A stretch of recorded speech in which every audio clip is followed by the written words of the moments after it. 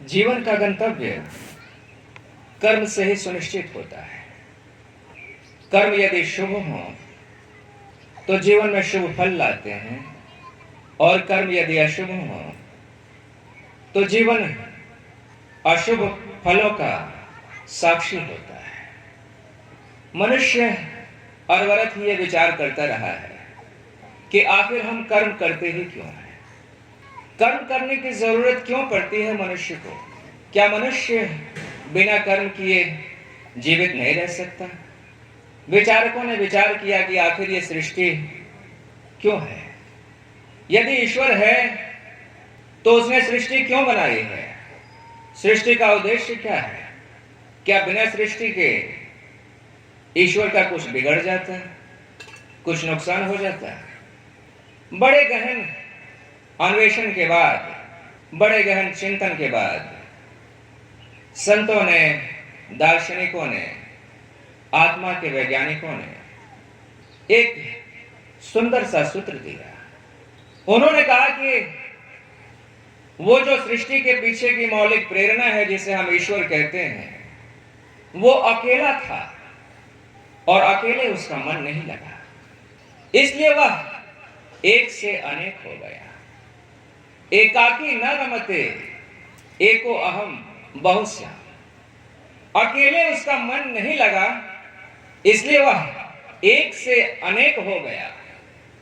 स्वयं अपनी ही शक्ति का विस्तार किया इस सृष्टि के रूप में, ताकि उसका मनोरंजन हो सके, ताकि उसका मन बहल सके। इसीलिए भारतीय दर्शन, भारतीय मनुष्य सृष्टि को ईश्वर की लीला कहता है। ईश्वर की रचना नहीं कहता, लीला कहता है। लीला अर्थात ईश्वर ने अपने मन बहलाने के लिए अपनी ही शक्तियों का विस्तार करके सृष्टि का निर्माण किया है। तो अब मौलिक प्रेरणा जो आप देखेंगे सृष्टि के पीछे की, वो क्या निकल के आती है? ईश्वर ने सृष्टि का निर्माण किया, कैसे किया? इच्छा के द्वारा किया। अकेला था, मन नहीं लगा उसका, इसलिए उसने सृष्टि रचने की संकल्पना की, संकल्प किया। सिर्फ संकल्प मात्र से इस सृष्टि की रचना हो गई। अर्थात ईश्वर के भीतर से जो पहला कर्म फूटा था, उसकी प्रेरणा क्या थी? संकल्प था। संकल्प के द्वारा ईश्वर ने इस सारी सृष्टि का विस्तार कर दिया। अब जाहिर सी बात है कि जब सृष्टि के पीछे की, रचना के पीछे की मौलिक प्रेरणा संकल्प है, तो यह संकल्प ही हमारे कर्मों के पीछे की भी मौलिक प्रेरणा है। जीवन में कोई भी कर्म आप करते हैं, उस कर्म के पीछे की प्रेरणा होती है संकल्प। वह कर्म सबसे पहले आपके चित्त की भूमि में संकल्प रूपी बीज के रूप में प्रस्थापित होता है।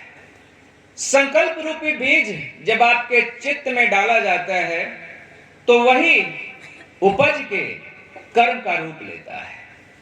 आज आप अपने जीवन में जो कुछ भी हैं, आपके संकल्पों का ही परिणाम है। भविष्य में आप जो कुछ भी हो जाएंगे, वो आपके संकल्पों का ही परिणाम होगा। मनुष्य को एक भ्रांति है कि कोई ईश्वर, कोई विधाता हमारे जीवन का नियंता है, हमारा कोई भाग्य विधाता है। मैं कहता हूं कि नहीं। जो भी आपके जीवन की परिस्थितियां हैं, आप सुख में हैं अथवा दुख में हैं, आप आनंदित हैं अथवा व्यथित हैं, उस सब के पीछे की मौलिक प्रेरणा आपका संकल्प है। कोई और आपके जीवन की परिस्थितियों के लिए उत्तरदायी नहीं है। आप स्वयं ही उत्तरदायी हैं। आप स्वयं ही अपने भाग्य विधाता हैं। हर दिन अपने संकल्प के द्वारा, अपनी इच्छाओं के द्वारा आप अपने जीवन की परिस्थितियों का निर्माण कर रहे हैं। आज यदि आप संवेदना शिविर में बैठे हैं, तो इसकी मौलिक प्रेरणा क्या है? आपके भीतर का संकल्प है। आपने संकल्प किया कि मुझे शिविर में जाना है, आपने संकल्प किया कि मुझे ध्यान सीखना है, इसलिए आप इस शिविर में उपस्थित हैं। जीवन में जो कुछ भी आप करते हैं, उसमें निर्णायक तत्व आपका संकल्प होता है। कुछ भी करने से पहले आप संकल्प करते हैं। संकल्प अर्थात दृढ़ इच्छा शक्ति। संकल्प अर्थात मन में जो अनंत विचार के श्रृंखलाएं हैं, मन में जो सैकड़ों विचार हैं, उनमें से किसी एक विचार को चुनकर और उस विचार को अपने मन की सारी शक्ति प्रदान कर देना, यह संकल्प है। हमारे चित्त में अथाह शक्ति भरी पड़ी है और चित्त की सारी शक्तियां विचारों के द्वारा, भावनाओं के द्वारा प्रदर्शित होती हैं। तो जब भी आपके चित्त में कोई विचार उठ रहा है, इसका मतलब है कि आपके चित्त की शक्ति अब खर्च होने जा रही है। जब भी आपके भीतर कोई भाव उठ रहा है, इसका अर्थ है कि आपके मन की शक्ति अब बाहर को प्रवाहित होने जा रही है, अभिव्यक्त होने जा रही है। उदाहरण के लिए, इस कक्ष के भीतर रोशनी है, बल्ब जल रहे हैं। जितने बल्ब जल रहे हैं उतनी ही बिजली की खपत हो रही है। यदि जलने वाले बत्तियों की संख्या हम घटाते चले जाएं, तो खर्च होने वाली शक्ति की मात्रा भी घटती चली जाएगी। ठीक इसी तरह से हमारे चित्त में जो भी विचार उठता है, वो हमारे चित्त की शक्ति को खर्च करता है। यदि आपके चित्त में एक विचार है, तो वो आपके चित्त की थोड़ी सी शक्ति को खर्च कर रहा है। यदि 2 विचार हुए, तो चित्त की शक्ति का व्यय बढ़ गया, और यदि 2000 विचार चल रहे हैं, तो व्यय और ज्यादा बढ़ गया। चित्त की शक्ति और तेजी से खर्च हो रही है। इसलिए आप देखते हैं कि जिस दिन आपके मन में बहुत ज्यादा चिंता होती है, बहुत ज्यादा जब आप सोच विचार कर लेते हैं भविष्य के बारे में या बीती हुई किसी बात के बारे में, जब आप बहुत सोच विचार करते हैं, अर्थात चित्त में जब विचारों की संख्या बढ़ जाती है, तो आप थके थके महसूस करते हैं। हालांकि आपने थकने वाला कोई काम किया नहीं है, लेकिन फिर भी आपको लगता है कि आप थक गए। थक के बैठ जाने का मन करता है, लेट जाने का मन करता है जब आप बहुत ज्यादा चिंतित हो जाते हैं। तो क्यों? क्योंकि विचारों ने आपके चित्त की शक्ति को व्यय कर दिया। विचार हमारे मन की शक्ति को घटाते हैं। तो मैंने आपसे यह कहा कि संकल्प हमारे जीवन की दिशा तय करते हैं। तो संकल्प जैसा होगा वैसे ही आपके जीवन की दिशा भी होगी। शुभ संकल्प जीवन में शुभ परिणाम लाएंगे, अशुभ संकल्प जीवन में अशुभ परिणाम लाएंगे। और यदि बिखरे हुए संकल्प हैं, तो आपके जीवन की दिशा भी बिखर जाती है। उदाहरण के लिए आप समझिए कि एक रथ में 10 घोड़े जुते हैं। वो 10 घोड़े यदि एक ही दिशा में जुते हों और उन्हें हाँका जाए, तो वो रथ एक दिशा को दौड़ेगा, तेज गति से दौड़ेगा, 10 अश्वों की शक्ति को लेकर दौड़ेगा। लेकिन इसके विपरीत यदि हम उन सारे अश्वों को अलग अलग दिशाओं में जोत दें और उसके बाद सारे घोड़ों को हम हाँकना शुरू कर दें, वो रथ कहां जाएगा? कहीं नहीं जाएगा। शक्ति का अपव्यय होगा, वो रथ कहीं भी नहीं जाएगा। ठीक इसी तरह से हमारे जीवन की दिशा जो तय होती है, वो संकल्प के द्वारा तय होती है। और संकल्प क्या है? संकल्प है कि हमारे चित्त के अनेक अनेक विचारों में से किसी एक विचार को चुनकर उसे अपने चित्त की सारी शक्ति प्रदान कर देना। आपके जीवन में जो कुछ भी फलित हुआ है अभी तक, वो आपके संकल्पों का ही परिणाम है। आपके जीवन में जो कुछ भी होगा आने वाले समय में, वो आपके संकल्पों का ही परिणाम होगा। जितने भी महान चिंतक हुए, जितने भी मनुष्य हुए, आत्मदृष्टा हुए, वो चाहे कृष्ण हुए, वो चाहे बुद्ध हुए, हालांकि उनके दर्शन में आपको विरोधाभास दिखेगा। कृष्ण कहते हैं कि आत्मा सर्वोपरि है, आत्मा जीवन का आधार है। बुद्ध कहते हैं कि आत्मा जैसी कोई चीज ही नहीं होती है, इस सृष्टि में कहीं कोई आत्मा नहीं है। ऊपर ऊपर से देखने से लगेगा कि कृष्ण और बुद्ध विरोधी बातें कर रहे हैं, लेकिन एक बात में बड़ी समानता दिखती है दोनों की। कृष्ण भी कहते हैं कि मनुष्य अपने भाग्य का नियंता स्वयं ही है। मनुष्य अपने कर्मों के द्वारा अपने भाग्य का निर्माण कर रहा है, अपने संकल्पों के द्वारा अपने जीवन की परिस्थितियों का निर्माण करता है। और बुद्ध भी ठीक यही बात कहते हैं। बुद्ध भी कहते हैं कि कोई ईश्वर नियंत्रित नहीं कर रहा है मनुष्य को, मनुष्य अपना नियंता स्वयं ही है। मनुष्य स्वयं ही अपने को नियंत्रित कर रहा है। संकल्पों के द्वारा, विचारों के द्वारा, कर्मों के द्वारा हम अपने जीवन की परिस्थितियों का निर्माण करते हैं। तो आज की इस सभा में मैं चाहता हूं कि संकल्प को अपने जीवन के सबसे महत्वपूर्ण सूत्र की तरह आप स्मरण कर लें। सुबह से शाम तक अनेक अनेक ऐसी परिस्थितियां होती हैं जब आपके मन में शिकायत उठती है अपने किसी संबंधी के लिए, जीवन की परिस्थितियों के लिए, मुख्यमंत्री के लिए, प्रधानमंत्री के लिए, व्यवस्था बनाने वाले लोगों के लिए। हम कहते हैं कि हमारे जीवन में यदि दुख है तो इस दुख का कारण मेरा पति है, इस दुख का कारण मेरी पत्नी है, मेरे बच्चे मुझे दुखी कर रहे हैं। बच्चे बात नहीं सुनते कि राजनेताओं ने दुख का विस्तार कर दिया है, दुखी कर दिया है सबके जीवन को। मैं कहता हूं कि आपके जीवन में दुख लाने वाला अथवा सुख लाने वाला कोई दूसरा नहीं है। संकल्प के बिना मनुष्य मनुष्य नहीं है। प्रगाढ़ संकल्प बिना किसी प्रयास के हमारे जीवन को बदल देते हैं। क्या आपने कभी यह विचार किया है कि आप जीवन में इच्छाएं तो अनंत करते हैं, लेकिन उन अनंत इच्छाओं में से कुछ ही इच्छाएं पूरी होती हैं। वे कौन सी इच्छाएं हैं जो पूरी होती हैं? वे इच्छाएं होती हैं जिन इच्छाओं को आपने अपनी सबसे अधिक शक्ति दी होती है, जिन इच्छाओं को आप बार बार अपने भीतर दोहराते हैं, बार बार उनका स्मरण करते हैं, वो इच्छाएं पूरी होती हैं। लेकिन जिन इच्छाओं को आपने कभी सोचा और फिर उनका परित्याग कर दिया, चित्त में इच्छा उठी लेकिन उसे सुनिश्चित बार दोहराई नहीं गई, इसलिए वो इच्छा मिट गई, समाप्त हो गई। तो जिन इच्छाओं को बार बार दोहराया गया वो इच्छाएं पूरी हो जाती हैं, और जिन इच्छाओं को दोहराया नहीं गया वो पूरी नहीं होती हैं। इच्छाओं को दोहराने से यह होता है कि वो इच्छाएं आपके चेतन मन से आपके अवचेतन मन में पहुंच जाती हैं, और आपके अवचेतन मन की शक्ति अथाह है। आपका अवचेतन मन हनुमान की तरह है, अथाह शक्तियों का स्वामी है।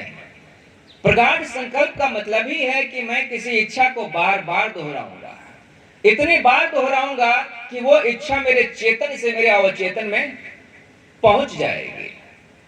श्वास रोककर जब आप इच्छा को दोहराते हैं तो वो इच्छा आपके अवचेतन मन में पहुंच जाती है। कैसे?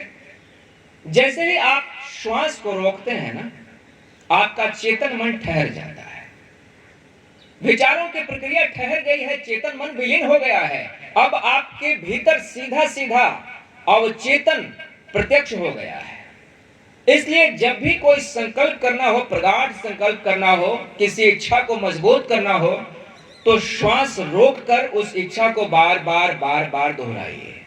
बार बार उस इच्छा को यदि आप श्वास रोककर दोहराएंगे, वो इच्छा आपके अवचेतन मन में पहुंच जाएगी, और एक बार जब कोई इच्छा आपके अवचेतन मन में पहुंच गई तो अब आपके जीवन में चमत्कार होने से कोई रोक नहीं सकता।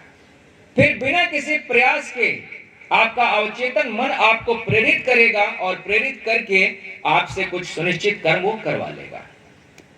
कुछ लोग ऐसे होते हैं ना, वे चाह के भी बुराई नहीं कर सकते, चाह के भी नहीं कर सकते, यदि चाहे भी तो उनके हाथ से बुराई नहीं होगी।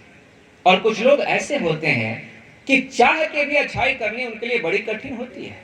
वो कहते हैं कि हमारी भाग्य दशा इतनी खराब है कि जो कुछ भी अच्छा करता हूं वहां से बुरा परिणाम ही आता है। सोना छू दूं मिट्टी हो जाता है। वो ये बात समझते नहीं है कि उनके अवचेतन में कुछ ऐसी बातें बैठी हुई हैं, कुछ ऐसे सॉफ्टवेयर फिट हो गए हैं जहां से सिर्फ और सिर्फ गलत करने की प्रेरणा ही मिलती है। हो सकता है पूर्व जन्म में, या हो सकता है इसी जन्म में कुछ वर्ष पहले उन्होंने गलत को इतनी बार दोहरा दिया है, इतनी बार दोहरा दिया है कि वो गलत उनके सबकॉन्शियस में जाके बैठ गया है। अब वो कोशिश तो करते हैं कि मैं शुभ करूं, कोशिश तो करते हैं कि मैं अच्छा करूं, लेकिन सबकॉन्शियस में जो बात बैठी है उसकी शक्ति ज्यादा प्रबल है, वो उनको विवश करके गलत करवा देती है। ठीक इसी तरह से जो अच्छा करने वाले लोग हैं, शुभ करने वाले लोग हैं, उन्होंने शुभ को इतनी बार दोहराया है कि वो चाहे भी गलत करना तो उनसे गलत होता नहीं है। ऐसे लोग आपको मिलेंगे, वो कहते हैं कि हम चाहे रात को 2 बजे भी सोएं लेकिन सुबह 4 बजे हमारी नींद खुल जाती है। आप में से भी कई लोग ऐसे हो सकते हैं जिनको सुबह एक सुनिश्चित समय पे उठने की आदत हो गई है। वो आदत कैसे बनी है? वो आदत बार बार बार बार दोहराने से बनी है। लंबे समय तक आपने उस अभ्यास का पालन किया है और वो अभ्यास आपके अवचेतन मन में जाके बैठ गया है। अवचेतन ने उसको स्वीकार कर लिया है, इसलिए अगर आप सुबह 3 बजे भी सोएंगे तो वो आपको 4 बजे उठा देगा। अवचेतन जानता है कि आपको 4 बजे उठना है, 4 बजे उठना आपके लिए जरूरी है। तो संकल्प को प्रगाढ़ करना है। बिना संकल्प को प्रगाढ़ किए आप जीवन में कुछ भी सुंदर नहीं कर सकते। और जिस काम को आप करने जा रहे हैं, इसके लिए तो सबसे ऊंचे संकल्प की जरूरत होती है। आप परमात्मा को पाने जा रहे हैं, आप सत्य का अन्वेषण करने जा रहे हैं, आप अपने मन को नियंत्रित करके उसे काबू करने जा रहे हैं। दुनिया का सबसे मुश्किल काम है मन को नियंत्रित कर लेना। भगवान कृष्ण ने कहा गीता में कि अर्जुन, जो मन जीत लिया गया है वो मन मित्र होता है, लेकिन जो मन जीता नहीं गया है वो मन शत्रु होता है, वो विनाश कर देगा। भगवान बुद्ध ने कहा कि कोई व्यक्ति दुनिया का सारा साम्राज्य जीत ले तब भी मैं उसे विजेता नहीं कहूंगा, लेकिन यदि वो अपने मन को जीत ले तो मैं उसे विजेता कहूंगा। मन को जीतना दुनिया का सबसे कठिन काम है। तो दुनिया के सबसे कठिन काम को करने की बीड़ा आपने उठाई है, तो इसके लिए सबसे प्रगाढ़ संकल्प की जरूरत भी होगी। ये आप सुनिश्चित कर लें। अभी तक आपके जीवन में शुभ क्यों नहीं फला? अभी तक आपके चित्त में शांति क्यों नहीं आई है? ध्रुव ने 6 वर्ष की उम्र में ईश्वर का अन्वेषण कर लिया। प्रहलाद ने 9 वर्ष की उम्र में जीवन के सत्य को जान लिया। विवेकानंद 18-19 साल के थे, तभी उनके भीतर सत्य की प्यास उठाई थी। शंकराचार्य 33 वर्ष की उम्र में ही भारत के लिए जो महानतम काम हो सकता है वो करके यहां से विदा हो गए थे। छोटी छोटी उम्र में उन्होंने ये इतने बड़े बड़े काम क्यों कर लिए? क्योंकि उनके भीतर प्रगाढ़ संकल्प रहा। प्रगाढ़ संकल्प के द्वारा उन्होंने असंभव को संभव कर दिखाया। आप विचार कीजिए कि अभी तक आपके जीवन में शांति क्यों नहीं आई? आप पाएंगे कि आप उस बात को टालते रहे। पहले भी आपके मन में इच्छा उठी होगी कि मैं कहीं ध्यान शिविर में जाऊं, कि मैं ध्यान सीखूं, कि मैं अपने आप को शांत कर लूं, लेकिन उस विचार को आप टालते रहे थे। उस विचार को आपने शक्ति नहीं दी, आपने उस विचार को प्रगाढ़ नहीं होने दिया। जब जवान थे तो लगा कि अभी तो जवान है, ये सत्संग धर्म इत्यादि कोई जवानी की चीज थोड़े है, बूढ़े हो जाएंगे तब करेंगे। लेकिन आप बात को समझते नहीं। जब आप जवान होते हैं, युवा होते हैं, तो आपकी शक्ति भी युवा होती है, लेकिन जब उम्र ढलती है ना तो शक्ति भी ढलती है। ढली हुई उम्र में संकल्प करना और उस संकल्प को पूरा करना आसान नहीं होता है। जब आप 50 के 60 के हो जाते हैं तो शरीर भी तो दुर्बल होने लगता है ना, शरीर में व्याधियां आने लगती हैं। तो मन को अगर आप तैयार करेंगे कि मैं संकल्प करता हूं कि मैं रोज सुबह उठ के 2 घंटे ध्यान करूंगा, लेकिन घुटने ही साथ नहीं देंगे, कमर में ही दर्द होने लगेगा, अब आप क्या करेंगे? तब सिवाय पछतावे के आपके पास कुछ भी नहीं रहेगा, तब आप पश्चाताप करेंगे। इसलिए मैं कहता हूं कि जीवन में जो भी समय शेष रह गया है, उस समय में एक ही सुंदर संकल्प हो सकता है आपके जीवन के लिए कि मुझे हर परिस्थिति में अपने चित्त को शांत करना है, अपने जीवन को शांति की दिशा में ले जानी है। इस एक विचार को अपने जीवन की सारी शक्ति दे दीजिए और फिर आप देखिए कि आपके जीवन में कैसे चमत्कार घटित होता है।